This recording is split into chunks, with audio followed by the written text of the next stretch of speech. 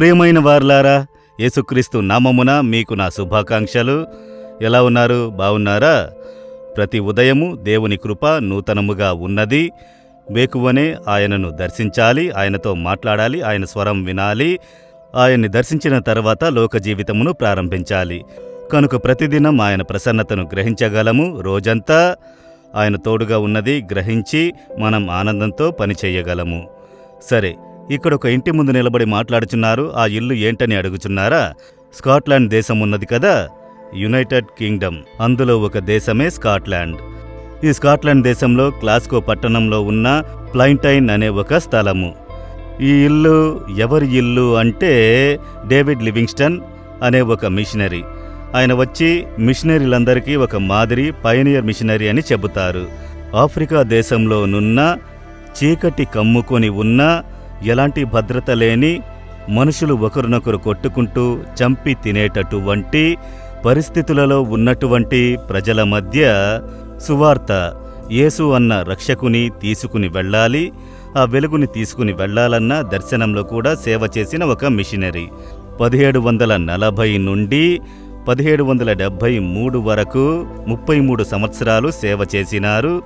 ఆయన ఇల్లే ఇది, ఆయన పుట్టి పెరిగిన ఇల్లు ఇది. ఇక్కడొచ్చి ఒక దారము మిల్ ఉన్నది. ఆయన చిన్నప్పుడు చదువుకుంటూ ఈ దారపు మిల్లులో పనిచేసినారు.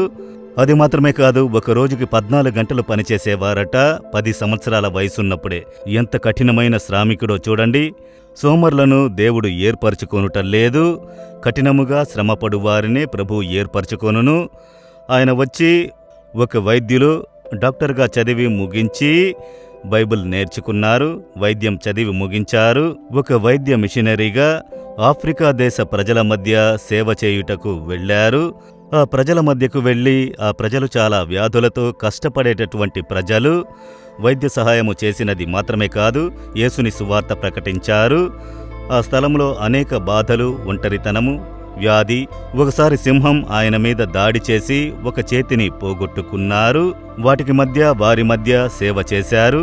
ఆయన చనిపోయినప్పుడు అక్కడున్న ఆ ప్రజలు యేసుని ఎరిగి ప్రభువునందు నూతన జీవమును పొందుకున్నందున వీరి మీద చాలా ప్రేమను చూపి ఆయన శరీరమును కూడా ఇంగ్లాండుకు పంపమని అన్నారు. ఇంగ్లాండ్ ప్రభుత్వమే వారితో లేదు, ఆయన మాకు కావాలి, ఆయన శరీరమును మేము భూస్థాపితం చెయ్యాలి అని అడిగినందున జాంబియాలో ఉన్న ప్రజలు, ఆఫ్రికాలో ఆయన హృదయము మమ్ములను గురించి భావాలతో నిండి ఉన్నది. మా పైన ఉన్న క్రీస్తు ప్రేమను బట్టి ఆయన వచ్చారు. ఆయన హృదయము మాకు కావాలని చెప్పి ఆయన హృదయమును ప్రత్యేకంగా తీసి అక్కడ ఆఫ్రికాలో దాన్ని పూడ్చినారు. ఆయన మిగతా శరీరము ఇక్కడికి పంపబడినది. వెస్ట్ మినిస్టర్ వే అని చెప్పి రాజ్య కుటుంబస్తులు సమాధి చేయబడు ఒక పెద్ద దేవాలయము ఇంగ్లాండ్ యొక్క పార్లమెంటు కట్టడమునకు జస్ట్ ఆపోజిట్లో ఉన్నది. ఆ దేవాలయములో రాజమర్యాదలతో ఆయన భూస్థాపితం చేయబడ్డారు. దేవుని కొరకు సాధించిన ఒక మనుషుడు. ఆయన పుట్టి పెరిగిన స్థలమే ఈ స్థలము. ఇక్కడకు వచ్చినప్పుడు దేవుని మీద ఆయన ఎంత ప్రేమ ఉంచి త్యాగముతో సేవ చేశారు అన్న ఆ బాధింపు మన హృదయంలో కలుగును. సరే, ఈ దినమున దేవుడే వాక్యం ఉంచారు అని అనుకుంటున్నారా? ద్వితీయోపదేశకాండం 33వ అధ్యాయము 29వ వచనము. దేవుడు చెబుతున్నారు, ఆయన నీకు సహాయమైన కేడము, నీకు ఔన్నత్యమును కలిగించు ఖడ్గము. ప్రభువే మీకు కేడము, ఖడ్గము, ఈ రెండుగా ప్రభువు ఉన్నారని దేవుని వాగ్దానపు మాట చెప్పుచున్నది. ఏమిటది కేడము, ఖడ్గము అని అనుకుంటున్నారా? ఆ కాలములో యుద్ధం చేయనప్పుడు ఈ కాలపు యుద్ధము వేరు. ఖండము విడిచి ఖండము మీద పడు క్షిపణులు. ఇప్పట్లో వేరు విధములైన యుద్ధములు వచ్చాయి, విమాన దాడులు. ఇప్పుడు ఈ కాలంలో డ్రోన్లలో గుండ్లు పెట్టి దాడి చేసే కాలము వచ్చినది. అయితే ఆ కాలములో శత్రువులతో యుద్ధం చేయునప్పుడు కుడి చేతిలో ఖడ్గము ఉంటుంది, ఎడమ చేతిలో కేడము ఉంటుంది. శత్రువు దాడి చేయునప్పుడు మనలను కాపాడుకొనుటకు కేడము, దాంతో అడ్డుకొనుట, శత్రువు మీద దాడి చేయడానికి ఖడ్గము. ఈ రెండు కూడా ప్రభువే మనకు. ఈ లోకంలో మనకెవరు శత్రువని అనుకుంటున్నారా? మనుషులు శత్రువులు కాదు. కంటికి కనిపించని శత్రువు సాతానుడు. వాడే మనకు విరోధముగా మనుషులను రేపుచున్నాడు. డిస్టర్బ్ చేయుచున్నాడు, వ్యాధిని తీసుకొస్తున్నాడు, భయమును తీసుకొస్తున్నాడు, పోరాటము తీసుకొస్తున్నాడు, మన మీద దాడి చేసి మనల్ని స్తంభింపజేయాలని అనుకుంటున్నాడు. వాని దాడి వలన మనము బాధింపబడకుండా కేడముతో మనం దాన్ని అడ్డుకుని మనల్ని కాపాడుకోవాలి. వాడి క్రియలను నాశనము చేయుటకు ఖడ్గముతో, ప్రార్థనతో వాని క్రియలను మనము నశింపజేయాలి. ఈ రెండింటినీ దేవుడు మన చేతికిచ్చారు.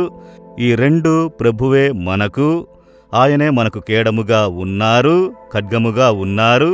కనుక ఏం చెప్పాలి? దేవా, మీరు నాకు కేడముగా ఉన్నందున శత్రువు నన్ను నాశనము చెయ్యలేడు. సాతానుడు ఎన్ని పోరాటాల్ని తీసుకొచ్చినను నన్ను నాశనం చెయ్యలేడు. కనుక ఎందుకు భయపడాలి?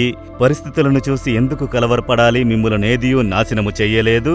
దేవుడు కేడముగా నాకు ముందుగా నిలబడి వాటిని అడ్డుకొని మిమ్మల్ని కాపాడువారు. ఆయనే మీకు ఖడ్గము. యేసు నామమును చెప్పండి.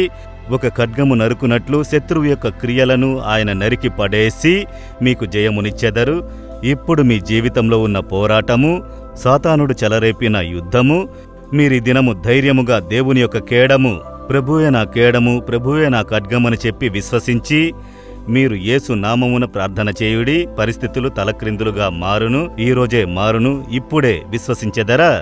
అయితే చెప్పండి, దేవా, మీరు నాకు కేడముగా ఉన్నారు, నాకు ఖడ్గముగా ఉన్నారు.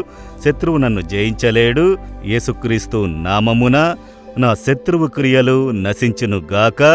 నేను విజయము నొందుటకు మీరు నాకు ఖడ్గముగా ఉండి జయమునిచ్చుచున్నందుకు స్తోత్రములు, స్తోత్రములు. యేసు నామములో amen, amen. Jesus redeems Telugu YouTube ఛానల్ను సబ్స్క్రైబ్ చేయండి. సబ్స్క్రైబ్ బటన్ను క్లిక్ చేయండి మరియు బెల్ బటన్ను నొక్కండి. ప్రతిరోజు కార్యక్రమ సమాచారం పొందండి.